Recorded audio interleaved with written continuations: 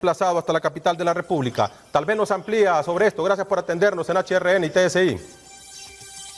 Buenos días, buenas tardes ya, porque como está lloviendo, se siente como temprano. Bueno. Sí, le preguntaba... No es posible, ¿sí? sí, Adelante. No es posible, Cristian, no hay ninguna forma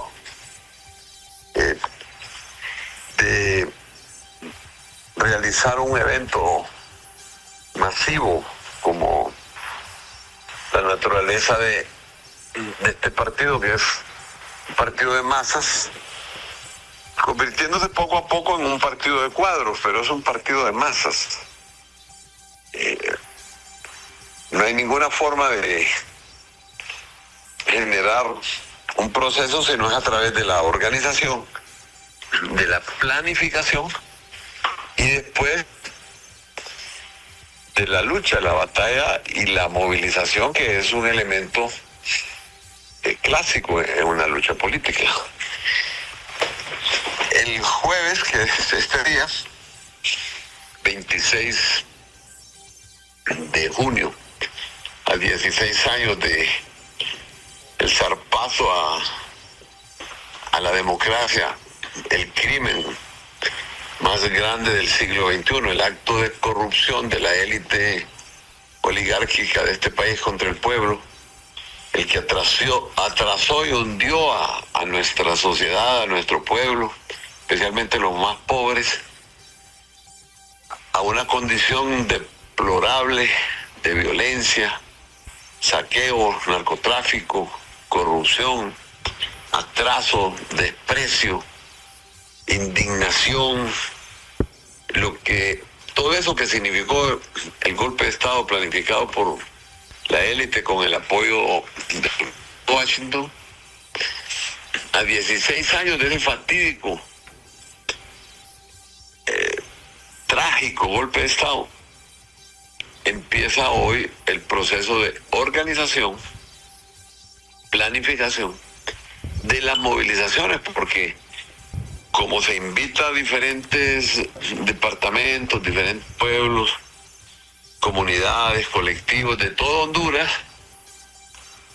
para desplazarse a la capital se necesitan días enteros en ese proceso. Entonces, la instrucción o la invitación que se hizo fue que a partir del 26, que es jueves, la dirigencia del partido, los líderes del partido, los diferentes autoridades electos, candidatos a alcaldes, diputados, regidores, asambleístas, convencionales, secretarios, coordinadores, inicien el proceso de movilización que culmina el sábado a las 9 de la mañana en Casa Presidencial, en una línea de protesta hacia el Consejo Nacional Electoral para denunciar y acompañar la protesta que ha hecho nuestra candidata a la presidencia, abogada Rixi Ramona Moncada Godoy. ¿Temen de algún fraude, presidente, el partido Libertad y Refundación? Nuestra candidata, acuérdense que fue consejera presidente del CNE, y en el 2021, gracias a su entrega total a esta causa del pueblo por la justicia, desde el golpe hasta la fecha, son 16 años, ella denunció por conocimiento propio que el bipartidismo, vocero de la oligarquía, vocero de la tía familia, responsable de la tragedia, de la pobreza y la miseria que vive Honduras, estaba planificando y ya había dado el primer paso para cambiar el proceso de divulgación de las actas el día 30 de noviembre próximo, que se divulga los resultados preliminares de las elecciones.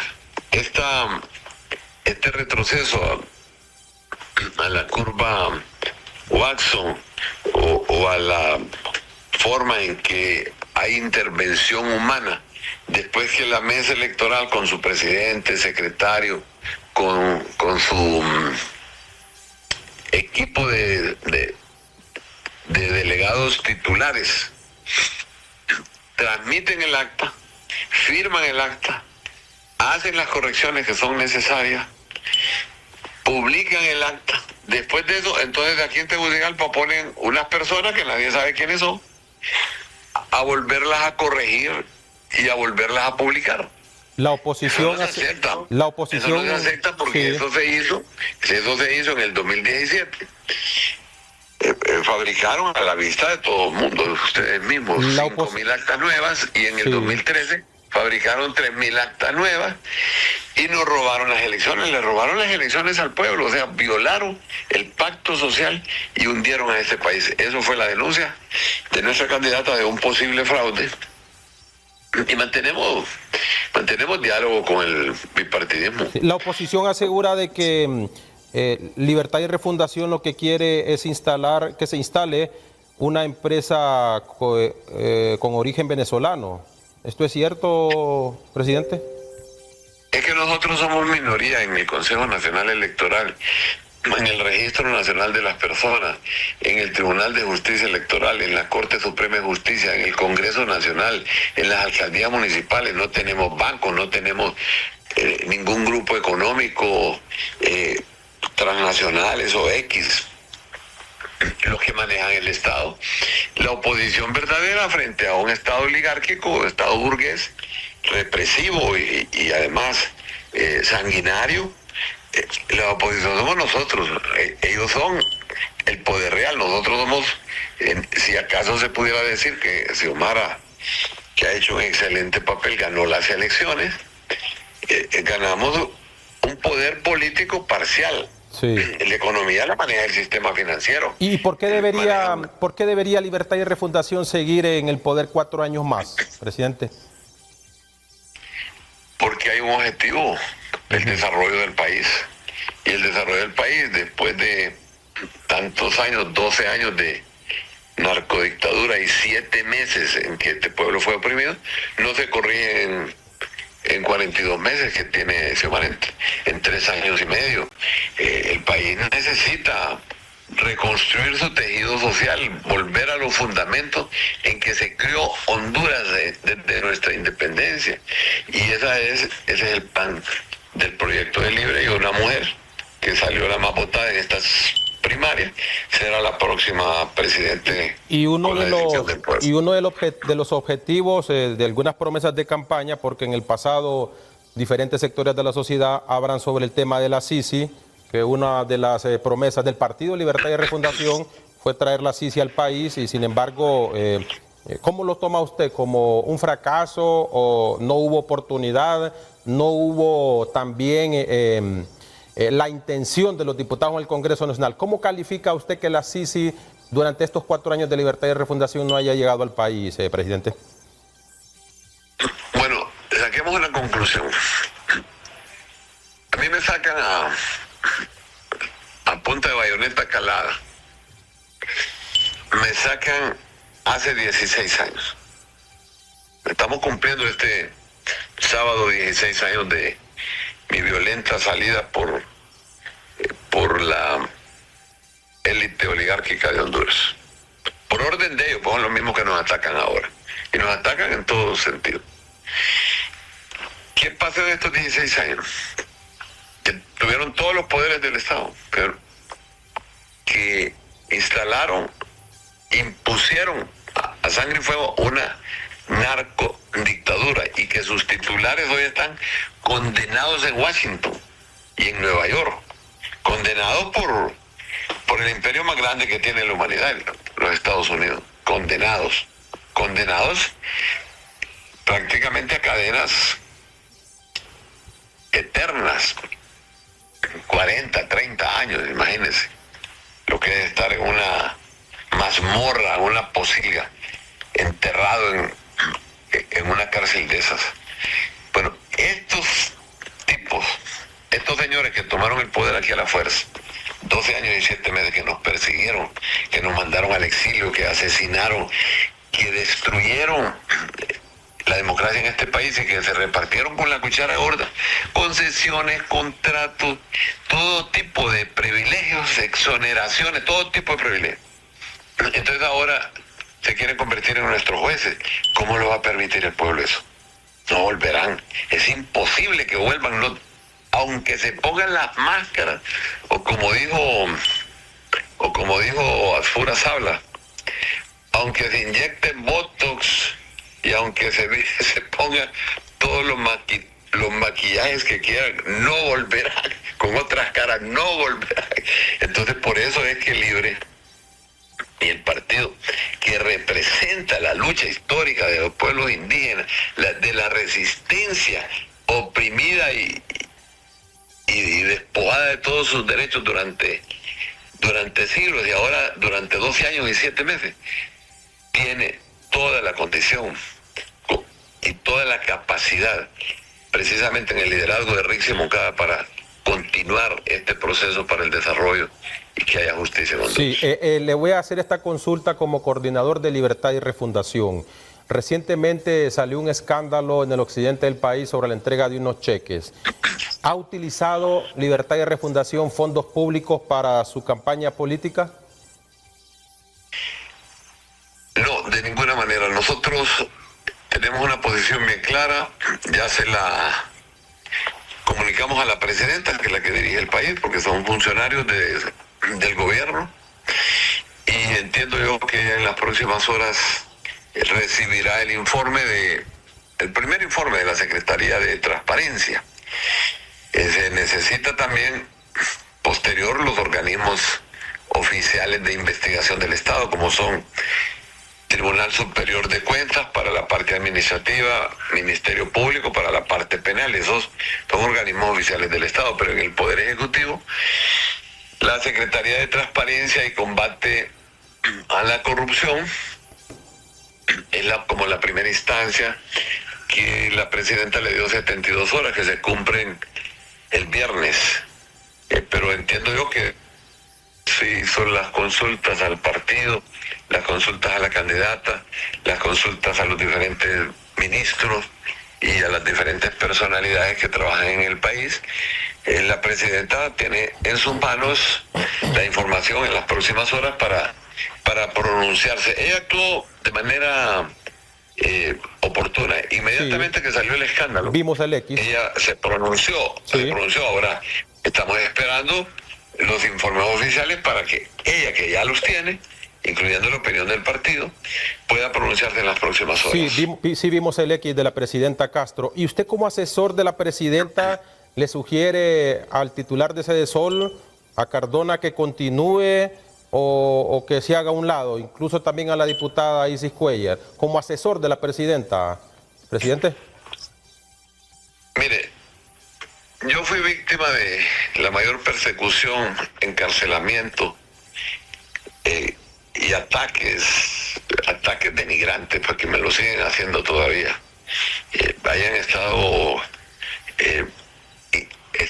insistiendo y mencionando mi nombre y tratando de involucrarme en el crimen militar de la masacre de los Horcones de hace 50 años, imagínate. Un crimen militar en una dictadura militar, en que yo no tuve absolutamente, pero ni siquiera presencia dentro del teatro de los hechos, lejos estudiando aquí y tratar de involucrarme. Yo he sido víctima de todo ese tipo de acciones, no desde ahora.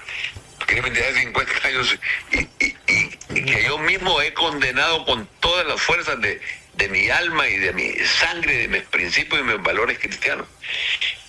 Entonces, yo siempre voy a respetar y siempre respeto a quien sea la presunción de inocencia que manda la Constitución. Lo que pasa es que en este Estado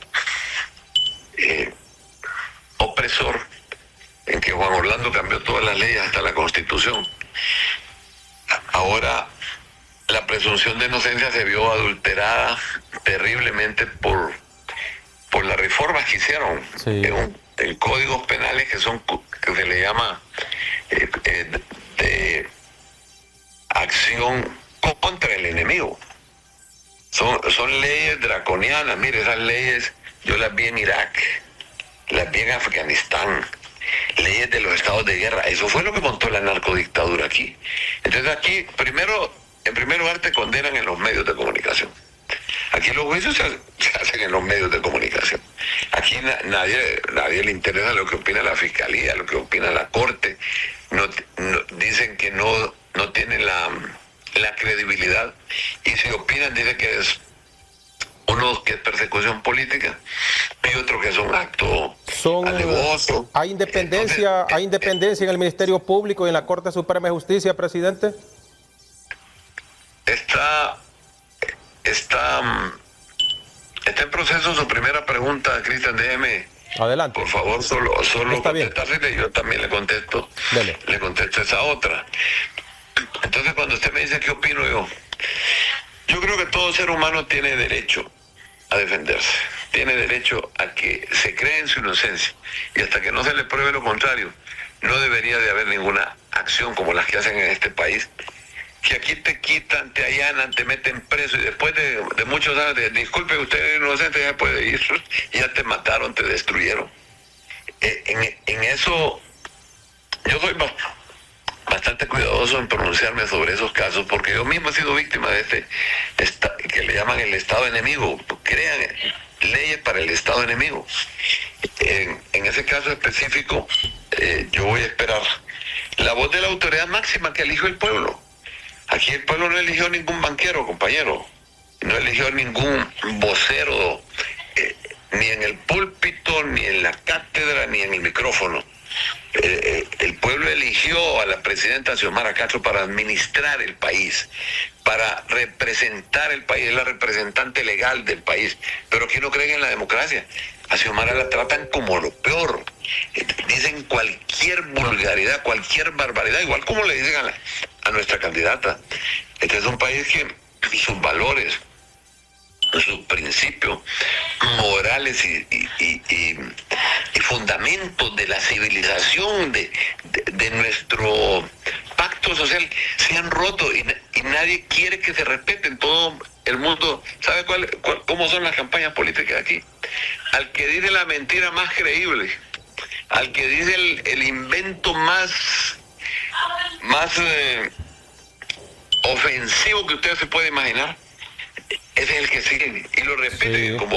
Y como hay matrices, usted dice algo y yo tengo 40 ecos y voceros que lo repiten. Entonces, mentiras y falsedades se vuelven verdades, sí, verdades de pies de barro.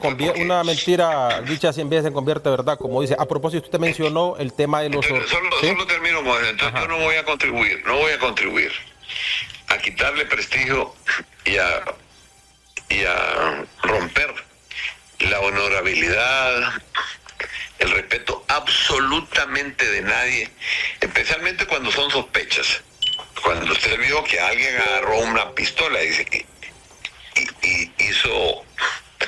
desarrolló un crimen, como fue el golpe de Estado que se hizo ante los ojos del mundo, que yo tenía aquí 140 medios internacionales el 28 de junio del 2009. Es el único golpe en el mundo transmitido en directo, en línea, en todo el planeta. Por eso lo condenó Naciones Unidas, la OEA, por eso sacaron a este país del concierto de naciones por casi 2 años, 1 año y 8 meses. Entonces yo no voy a contribuir, en este caso, sí, a echar cieno a alguien que todavía no se ha sometido a un juicio, que no ha sido probada su culpabilidad, y tampoco se va a romper la inocencia. Por eso yo estoy esperando la voz de la mandataria. Si no creen en la democracia, compañeros, compatriotas de la oligarquía, es un problema de ustedes con sus medios, es un problema de ustedes con su conciencia. Piensen que también tienen hijos que un día pueden sufrir ese tipo de persecuciones, o pueden ser víctimas de estados o de círculos de poder opresores, porque yo le dije que nosotros no manejamos Congreso Nacional ni manejamos Corte de Justicia. Todos esos organismos están llenos de nacionalistas y de liberales del bipartidismo. Entonces, hay que actuar más bien con pies de plomo. La reconstrucción de la moral de este país pasa precisamente porque todos tengamos igualdad de condiciones. Sí. Porque no solo un grupo privilegiado de los dueños de 25 grupos económicos y de 10 firmas sean los que tomen las decisiones aquí y que nos impongan verdades mediáticas, verdades en la opinión pública, aunque la verdad nunca se busque. Sí. Yo voy a esperar la voz de la presidenta para ver qué acción ella va a tomar. Yo voy a respetar ese Muy bien. principio. Usted mencionó el tema de los horcones. Recientemente se conmemoró 50 años y en esta conmemoración ahí pedían a la familia Zelaya que pidiera perdón. ¿Por qué? ¿Y lo harán, presidente? Bueno, como es un hecho que sucedió hace 50 años y usted me lo pregunta, yo no tengo ningún problema en hablar de él, con todo pesar, porque es un hecho trágico. Ahí fueron asesinadas más de 18 personas, no sé exactamente el número, mujeres, campesinos, sacerdotes, dirigentes sociales. Fue una masacre y una tragedia. Le hicieron los militares. Los militares fueron condenados, todos los militares, los que trabajan en el Departamento de Investigación, el famoso y fatídico DIN. Ajá. Fueron condenados. Sí, lo fueron recuerdo. Condenados. El DIN. Fueron condenados los militares, los jefes de zona del departamento de Olancho, fueron condenados. Todos los actores materiales del crimen fueron condenados. Los que no fueron condenados fueron los actores intelectuales.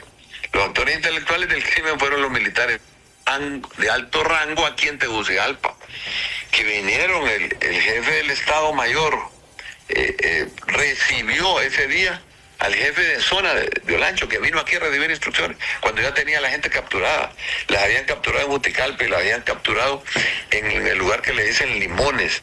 Habían interceptado una marcha que venía para Tegucigalpa, precisamente una movilización para protestar por tierra, para pedir crédito, para pedir acceso a mercados. Y los militares recurrieron a la fuerza, a la violencia, y detuvieron a balazos la marcha. Hubieron personas asesinadas en Santa Clara, que es un centro de capacitación campesina en Juticalpa. Se asesinaron personas después en la casa de habitación de Lepaguare, que había prestado a mi papá hacía ya un par de meses, lo había prestado a los militares para tener un retén ahí, un retén de seguridad para que ellos lo pidieron. Ahí nadie vivía, ninguno de nosotros. Mi madre vivía en el municipio de Dulce Nombre de Culmí. Mi padre vivía en el municipio de Dulce Nombre de Culmí, que queda casi a 100 kilómetros de ahí. Allá vivían, allá residían. Nosotros estamos estudiando aquí en Tegucigalpa. Y ahí era un retén militar. ¿Y qué fue lo que pasó? Bueno, el juicio se desarrolló. A mi padre lo capturaron, estuvo 7 años en la penitenciaría central, 7 años preso, pagando un crimen que cometieron los militares. Y ese juicio en Juticalpa, en el juzgado primero de Juticalpa, se desarrolló con todas las investigaciones durante 3 años.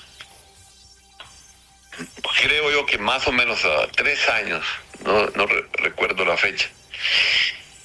Se dio la sentencia del juez de Juticalpa. El juez de Juticalpa dijo: Carlos Ver, que también fue condenado en ese momento, fue capturado en ese momento, que es un civil. Mi padre, que estaba también prisionero, fueron declarados por el juez, después del juicio, inocentes del crimen de la masacre de los Horcones. Lo repito, inocentes del crimen de la masacre de los Horcones. Lo repito otra vez, inocentes del crimen, por convicción de toda la investigación de la masacre de los Horcones. ¿Qué hicieron los acusadores? Bueno, el juez condenó a los militares, condenó a los agentes del DIN, condenó a los sargentos que estaban ahí y condenó a los coroneles que estaban ahí. Los condenaron a todos y declararon inocentes a los civiles. Porque ante una fuerza militar, ¿qué hace un civil? Absolutamente nada. Se fueron a apelación en el juicio. Vinieron a la Corte de Apelaciones de Tegucigalpa. La Corte de Apelaciones de Tegucigalpa, después de varios años, ratificó el fallo del juez de Juticalpa, declarando inocente a Mel Zelaya, padre, José Manuel Zelaya Ordóñez, declarando inocente a Carlos Berra, a los dos civiles, y condenando otra vez a los coroneles, a los mayores, a los tenientes y a los que ejecutaron el crimen. Después de varios años, la Corte de Apelaciones, ahí está el juicio. Ahí están los reportes de los medios de comunicación y en los periódicos. Fue declarado otra vez inocente mi padre en la Corte de Apelaciones. Entonces, apelaron, como aquí se acostumbra, que la parte política la lleva la Corte Suprema de Justicia, que casi en ningún momento de la historia ha habido justicia en Honduras, en muy raras excepciones y con muy raros magistrados. ¿Quién me sacó a mí? No, hicieron un juicio falso a mis espaldas siendo presidente. Sí. Las mismas cortes. ¿Qué hizo la Corte Suprema de Justicia entonces? Por orden del régimen militar, porque era un régimen militar, era una dictadura militar que había llegado a través de golpe de Estado. Entonces la Corte Suprema de Justicia de un régimen militar que había sido nombrada por el régimen militar y que eran magistrados que correspondían a las órdenes del régimen militar, entonces condenaron a mi padre. Sí, presidente. Después de haberlo declarado inocente por todo el juicio durante 7 años, estuvo prisionero 7 años y entonces lo condenaron. Lo condenaron igual que condenaron entonces a los militares por una orden política. Después con el transcurso de otro tiempo, el régimen, ya el Partido Liberal que ganó las elecciones, dio un indulto, porque veníamos casi de 40, 50 años, bueno, desde 1933, del régimen del Cariato, de encierro, destierro y entierro, de ese régimen veníamos.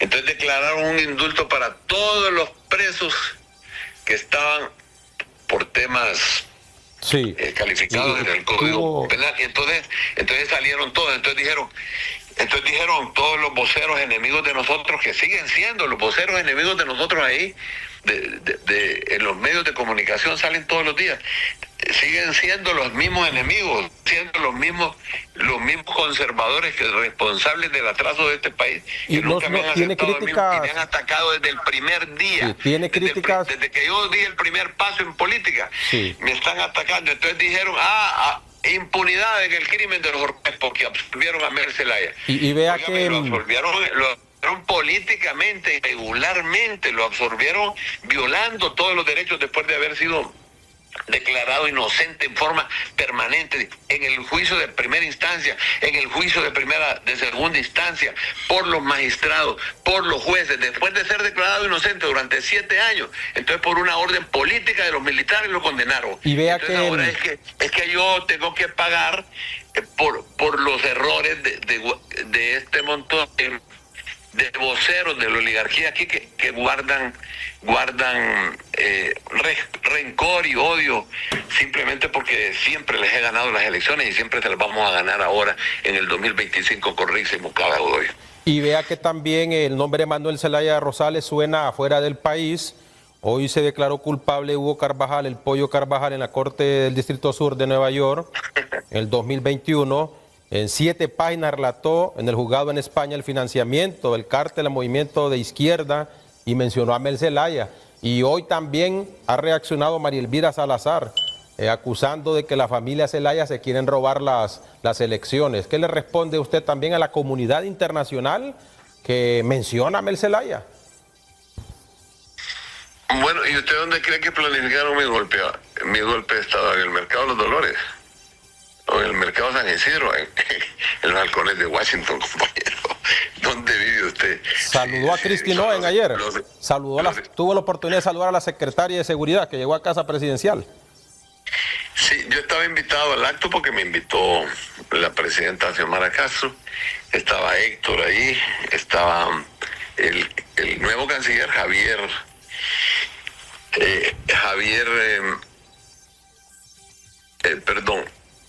Bu, sí, el canciller. Javier Efraín Bu Soto, el nuevo canciller. Estaba el nuevo canciller, estaba el ministro de Aduana, Fausto Cáliz, estaba también el ministro, porque uno de los temas era migración. Yo estaba invitado a ese evento porque estaban altas personalidades, pero lógicamente no tenía posibilidades de asistir ayer a ese evento. Sin embargo, lógicamente mi principal contacto ahorita, óigame, increíble, yo le digo que son cosas increíbles. Washington pidió hace 3 meses, cuando llegó el presidente Donald Trump, comunicarse conmigo. Y yo, tu servidor, es el que ha estado en contacto directo con Casa Blanca, resolviendo varios problemas, todos esos problemas, migración, la extradición. Yo contribuí inmensamente a seguir la agenda que ya la abogada Rixi Moncada, cuando fue ministra de Defensa, había iniciado en Washington, en el Departamento de Estado y además en Fiscalía y en el Comando Sur. La agenda que ella había iniciado por orden de Xiomara Castro, Rixi Moncada, yo fui el que la culminé en los acuerdos con Casa Blanca. ¿Ya no está Hugo Lorenz de Lobista? ¿Ya no está Hugo Lorenz de Lobista? Claro, está Hugo Lorenz y está Tonchano. Siempre están con nosotros. Y si hablamos de asesores, a propósito, Rafael Correa continúa de asesor en materia financiera aquí en nuestro país. Sí, continúa siendo uno de los mejores amigos del gobierno de Xiomara Castro, igual que nuestro. Es una de las personas más calificadas en América Latina en materia económica. Es un estadista. Rafael Correa es alguien que para nosotros guarda un inmenso respeto por su capacidad, por sus conocimientos. Un economista de primera clase, sacó de un precipicio que estaba en el Ecuador, y ahora hay un gobierno de extrema derecha con persecución contra él. O sea que Mel Zelaya es este momento el enlace entre Casa Presidencial, Honduras y Washington sobre temas de migración. No, absolutamente para nada. Mire, con respecto a la pregunta de Rafael Correa, nunca ha tenido ningún salario, nunca ha tenido ningún emolumento. Nosotros le hemos invitado 2, 3 veces a Honduras, lo hemos condecorado, ha venido aquí. Claro, cuando usted invita a una personalidad, le da los pasajes y le da el hotel, pues, y le da de comer también. Hugo Lorenz sí tiene salario. Hugo Lorenz sí, ¿verdad? A través de su... Sí, no es salario. Esos son consultores que se pagan directamente con honorarios, con contratos públicos. Pero me preguntó algo más. ¿Qué fue? No, sobre la independencia de los poderes del Estado. La oposición asegura de que no hay independencia en el Ministerio Público, que no se investigan los casos a profundidad en donde están relacionados actuales funcionarios de Libertad y Refundación, e insiste la oposición con el video de su hermano que nunca trascendió. Está bien que les diga a usted oposición, pero esos son los voceros de la oligarquía, los voceros de las 10 familias, son los responsables del atraso de este país, y hoy tienen dos candidatos, Azura Sabla, a quien le envío saludos, y a Narrala Salum. ¿A quién le teme más en las urnas? ¿A Narrala o a Tito? En las urnas, ¿a quién le teme más? ¿A Narrala o a Tito? No, ¿y por qué le vamos a tener miedo? Si le ganamos en estas internas, si más bien preocupados han de estar, porque acuérdense que el candidato de la oligarquía era Jorge Calima. Ese es el candidato, y le metieron dinero hasta por... Usted no se imagina, porque nosotros tenemos el control de la información que surge de las redes. Es el candidato de la oligarquía. Entonces, el otro candidato, que era como la opción B, era Narrala. Como Narrala no, como que no es muy cuerdo, entonces no le paraba mucha bola. Y creo que sigue en esas mismas condiciones. De ahí, Alfura Sable es aliado, es socio de ellos, porque es un gran empresario y tiene nombre y tiene apellido y es parte de ese engranaje.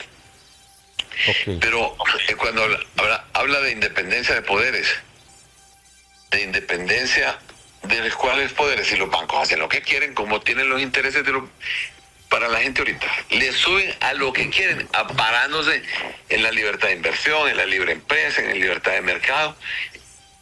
Hacen lo que quieren con este pueblo. ¿Quién maneja los ahorros del pueblo hondureño? La banca. ¿Cuántos ahorros tiene el pueblo hondureño ahí? 600.000 millones, 450.000 millones. ¿Cuánto tiene el pueblo hondureño? ¿Y a quién se prestan? A sí mismos, a sus grupos, a sus familias. Entonces, ¿qué libertad económica que hay? El planteamiento de nuestra candidata es precisamente democratizar la economía para que la gente tenga acceso